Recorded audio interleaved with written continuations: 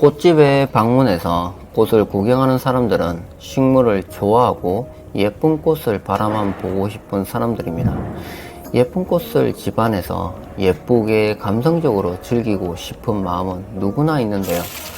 예쁘게 오래오래 꽃을 피고 새순도 올라오고 새로운 촉수도 올라오면서 번식도 하고 싱글벙글하게 키울 수 있다면 식물 키우기의 즐거움이 2배, 3배일 것 같습니다. 이런 경우가 판매한 사람도 저도 또한 뿌듯하고 기분이 좋습니다. 항상 고민하는 질문인데요. 안 죽고 잘 자라는 식물은 없을까? 손쉽게 키울 수 있는 예쁜 꽃은 없을까? 화려하면서 오래 지속적인 꽃은 없을까? 어려우면서도 단순합니다. 그래서 저희는 고민하게 되는데요. 가성비가 좋으면서 화려함을 뽐낼 수 있고 오랫동안 유지할 수 있는 꽃 상품을 진열을 합니다. 계절꽃이라고 해서 모든 제품이 잘 나가는 것은 아닙니다.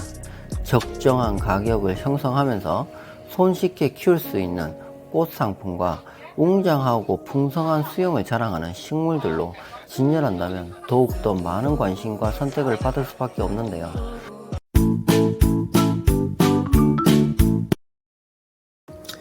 꽃집에 근무하면 안녕하세요, 어서오세요, 반갑습니다. 저번주에 꽃 사셨던 거 잘 크고 있으세요? 네, 항상 이렇게 질문을 합니다.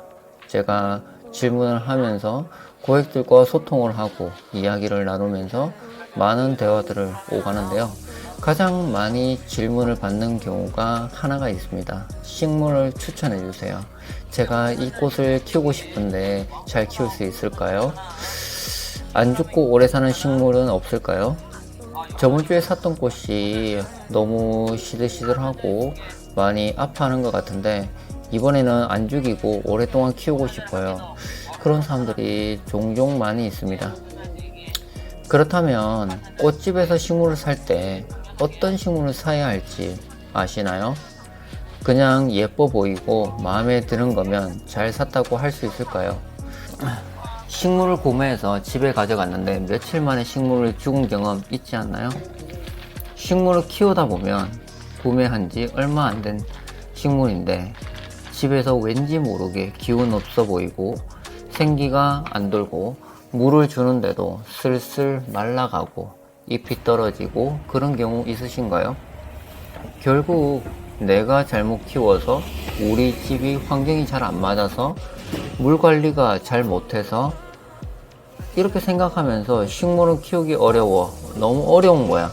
식물은 내하고 안 맞아. 식물은 나에게 안 맞다고 생각하신가요? 이렇게 다짐하고 자책하는 경우도 많이 있습니다. 그래서 식물을 아예 접하는 것부터 하기 싫어하시는 분들이 있는데요. 절대 그렇지 않습니다. 그럼 어떤 식물을 사야 죽지 않고 오래오래 키울 수 있는지, 그렇다면 식물을 구매하기 전에 한번 체크해 볼 포인트가 어떤 것이 있는지 한번 생각을 해볼 필요가 있습니다. 식물을 구매하기 전에 우리 집에 식물을 놓아놓을 장소와 환경을 검토해야 하는 것이 제일 중요한데요. 이 식물을 이 자리에 놔둘 거야 라고 했을 때 이 자리에 있는 일조량과 일조 시간대를 제일 먼저 파악하는 것이 우선적으로 좋을 것 같고요. 그 다음에 겨울철 최저 온도가, 겨울철에 정말로 낮았던 온도가 몇 도인지 요걸 한번 생각하고 감을 잡으시면 좋을 것 같고요. 이 장소에서 환기와 통풍의 조건은 어떠한지 이렇게 통풍의 조건을 한번 체크해 보시는 게 좋을 것 같습니다. 이 세 가지 조건만 잘 파악하셔도 식물을 선택하는 데 있어 아주 큰 도움이 될 거라고 생각이 됩니다.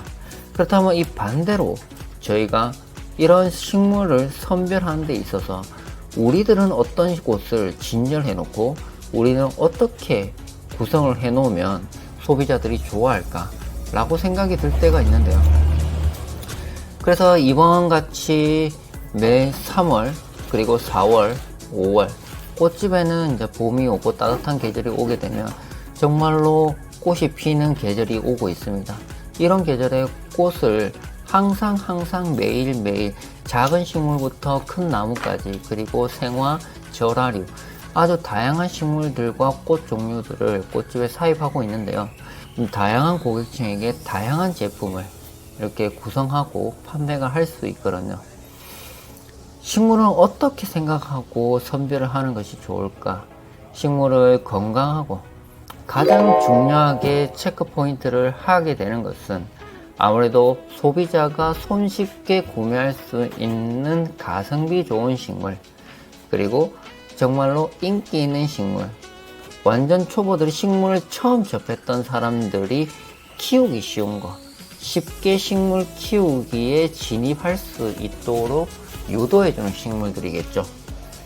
일단은 가성비가 좋은 거는 접근성이 상당히 좋습니다. 저렴한 금액에 싱싱한 제품, 그리고 등치가 어느 정도 있으면서 선별할 수 있고 집에 놔둬도 아기자기하고 예쁘게 구성할 수 있는 그런 식물들을 구성하고 진열한다면 소비자들은 상당히 좋아하고 고객층들도 아주 만족하고, 그럼으로써 저희도 판매율도 높아지는 건데요. 매일매일 같이 소비가 이루어지고 물건을 하러 다닐 때 식물 선별할 때 제가 중요시 여기는 것들이 딱 몇 가지가 있습니다. 이런 기준점으로 인해서 선별을 하고 구성을 하면서 소비자들한테 좀 더 좋은 제품, 좀 더 우수한 제품, 좀 더 건강한 제품을 제공해오자 노력하고 있습니다. 같은 식물이라도 농장과 지역과 그 환경에 따라서 같은 식물의 생장 요건이 조금씩 달라지는데요. 그게 농장의 그 기술력이라고 해야 되나요? 농장의 특성이라고 해야 되나요? 한 가지 예로 들어서 같은 아이비라도, 같은 테이블 야자라도, 같은 안수림이라도 이쪽 농장에서 재배하는 안수림과 카랑코에 아니면은 아이비도 다른 쪽 농장에서 재배하고 있는 카랑코에 아이비 테이블 야자도 그 숲이, 그리고 빵빵한 형태, 그리고 잎 줄기, 그게 농장의 노하우에 따라서, 농장의 환경에 따라서, 농장의 식재하는 비법에 따라서 그 성장도가 달라지고요. 그리고 직수식이냐 관수식이냐에 따라서 다소 차이가 납니다.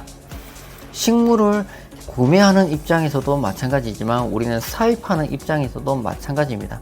어느 농장에서 식물을 잘 재배하는지, 어느 농장의 식물이 우수한지 그 등급표를 보면서 그 등급에 맞춰서 우리가 식물을 선별하고, 그리고 가성비 있게끔 유통 과정을 쏙 빼고 소비자들한테 제공할 수 있도록 산지 직송 방식으로 소비자들한테 가는 것이 가장 좋습니다. 일단은 비용도 비용이지만 일단 신선도입니다. 중간에 유통 상인을 한번 끼게 되면 아무래도 시간적 딜레이와 그리고 한번 저장되어 있는 것들이 나오기 때문에 신선도는 농장에서 곧 출하되어 있고 상품이 진열되는 순간부터 유통기한이 지나간다고 보시면 됩니다. 이거는 무르지고 키우면 되겠지. 근데 가정집이라든가 소비자들한테 전달되기 전까지는 그 진열되는 환경 속에서도 생육 조건이 진행되고 있는 것이죠. 그냥 가만히 있는 것이 아니거든요. 씨앗에서부터 올라오는 농장과 진열되어 있는 곳에서 있는 생육 환경은 극도로 다르기 때문에 완전 다르다고 보시면 됩니다. 그래서 제가 식물을 선별하는 포인트는 첫 번째가 튼튼한 식물을 선별하는 것입니다. 줄기가 아무래도 이제 그 식물의 지주목이라고 하죠. 그리고 나무의 가지, 그리고 식물 줄기와 가지가 튼튼한 식물, 일단 수용을 발라야 되겠죠. 그래야지 아무래도 보기 좋은 떡이 맛도 좋다. 식물도 보기 좋은 식물이 선별하고 인기가 있는 식물이 맞습니다. 그리고 생육도 건강하고, 건강한 식물이 오히려 굵고 튼튼하게 식물이 일어납니다. 그러니까 때깔이 난다는 거죠. 그리고 눈으로 봤을 때도 반질반질거리고 그런 것입니다. 그리고 두 번째는 잎이 깨끗하고 고르면 색깔이, 무늬가 선명한 식물이죠. 무늬가 선명하고 잎이 깨끗하다는 것은 영양소를 골고루 섭취했다는 것이고요. 거기에다가 식물이 건강하다는 증거로서 식물한테 있어서 그리고 소비자들한테 전달했을 때도 오랫동안 키울 수 있는 내성과 그 환경에서 적응했다는 식물들입니다. 도태되어 있다면 그 많은 식물들 중에서도 그렇게 때깔이 나고 선명한 식물을 무늬를 유지할 수가 없기 때문이죠. 그런 식물들은 출하도 제대로 되지 않을 뿐더러 그리고 유통 과정에서도 그걸 선별이 잘 되어야 되는 부분이거든요. 그리고 세 번째로는 가지가 많고 잎이 풍성한 식물이죠. 잎이 풍성하다는 것은 소비자의 입장에서 바라봤을 때 아주 풍성하고 건강하고 만족감이 있고, 우리가 식물을 키우는 이유 중에 하나가 공기 정화 기능과 그리고 산뜻한 녹색 환경을 조성하기 위해서인데요. 아무래도 가지가 많고 잎이 풍성하면은 그 몸값 또한 높아지는 경우가 많이 있습니다. 어린 식물들도 마찬가지인데요. 중간중간에 잎이 빠져 있거나 하게 되면 비어 보이고 상품성이 떨어지는 경우가 많이 있고요. 가지가 많고 잎이 풍성한 식물들은 아무래도 상품성에서도 뛰어나고 우수하기 때문에, 그리고 건강한 식물이기 때문에 그런 우수한 품질을 유지할 수가 있는 것이죠. 네 번째로는 너무 어리고 작은 식물보다는 좀 크고 덩치가 있는 식물을 선별합니다. 너무 어린 식물은 이제 아무래도 귀여운 맛도 있겠지만 환경이 정하지 못할 위험성도 있고 재고율이 많아질 수가 있기 때문에 일단 선별해서 제외시키는 것도 마찬가지입니다. 그리고 가정집에서도 소비자들이 선택할 때 내성이 약하기 때문에 별로 추천을 하진 않습니다. 그렇다 식물의 종류에 따라서 조금 차이가 날 수는 있는데요. 나무, 목대나 관엽수 같은 경우에는 어린 식물들보다는 한 등급 위에 거, 너무 낮은 거는 또 적응하기가 어렵고 실내에서 잎이 떨어질 현상도 많습니다. 농장에서 있는 시간이 너무 짧았고, 그리고 그 짧은 시기에서도 넘어왔을 때도 너무 소비자에게 적응이 잘 안 되는 경우도 많이 있기 때문에 일단은 좀 너무 어린 식물보다는 큰 식물이 좋다. 저는 그렇게 생각하고 그렇게 선별하는 것 같고요. 그리고 다섯 번째로는 뿌리가 활착이 잘 된 식물. 뿌리가 활착이 잘 됐다는 것은 지탱할 수 있는 지주목이 잘 되어 있는 것이고, 화분 속에서도 살짝만 기울여서 본다면 뿌리가 튼튼하게 보여지고 휘감는 것을 보여줍니다. 그래서 첫 번째로 농장이 잘 키우고 시설 재배가 잘 되어 있는 농장일수록 아무래도 기본적인 틀과 등급은 올라간다고 보여지고, 우리가 경매장이나 부산하의 공판장에서 식물을 선별하는데요.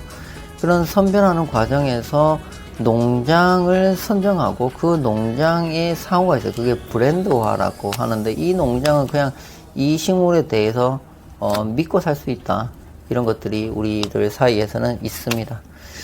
그리고 여섯 번째로는 농장에서 바로 출하된 유통 과정이 정말로 짧은 식물이죠. 그러니까 소비자들 같은 경우에는 꽃집에 진열되어 있는 식물이 어떻게 식물이 들어왔는지 알 수가 없어요. 그렇지만 저희가 사입할 때는 최소화, 농장에서 바로 다이렉트로 들어올 수 있는 그런 최소 단계에서 바로 소비자들에게 식물을 제공할 수 있는 그런 루트를 마련하기를 하는 것이 가장 싱싱하고 아주 좋은 품질로 제공해 줄 수 있지 않을까 싶습니다. 그래서 정리하자면 식물이 팔리기 전까지 최상의 컨디션을 유지하고 있는 식물이 판매 후에도 고객분들이 잘 키우고 있다는 말씀을 해주시면 저희가 행복하고 보람이 있습니다. 식물을 하나 팔고 이익을 남는 것이 꽃집의 생태 구조인데요. 이윤을 창출하면서도 그에 대한 보람을 느낀다면 그것만큼 좋은 것이 없지 않겠나 생각이 들고요. 그렇게 지금까지도 해왔던 것 같아요.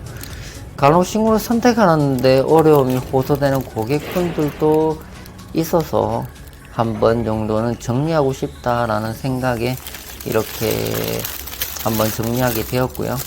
이런 체크 포인트만 잘 체크하신다고 하시면 집에서 어떤 식물을 키울지, 어떤 식물을 선택해야 될지 꽃집에 가서 고민거리가 다소 줄어들지 않겠나, 그런 기대를 한번 해봅니다. 저희도 지금 꽃집에서 참으로 바쁜 시즌을 보내고 있는데요. 예전 같지 않는 바쁨과 지금 현재 살아남기 위한 발버둥, 그리고 꽃이 주는 그 행복감에서 예전과 같지 않은 무게감을 느끼고 있습니다. 그래도 다양한 판매처에서 다양하게 전시를 해서 고객이 한 분 한 분에게 좋은 상품을 제공하려고 매일같이 농장 물건을 사입하고 작은 식물은 작은 식물대로 큰 식물은 큰 식물대로 발을 많이 띄고 있는 과정이거든요. 성수기가 아니게 되는 지금 이맘때는 누구보다도 빠르게, 누구보다도 부지런하게, 누구보다도 더 성실하게 임하는 것이 지금 살아남을 수 있는 그런 길이 아닐까 싶습니다. 다음에는 좀 더 좋은 정보로 찾아뵙도록 하겠습니다. 감사합니다.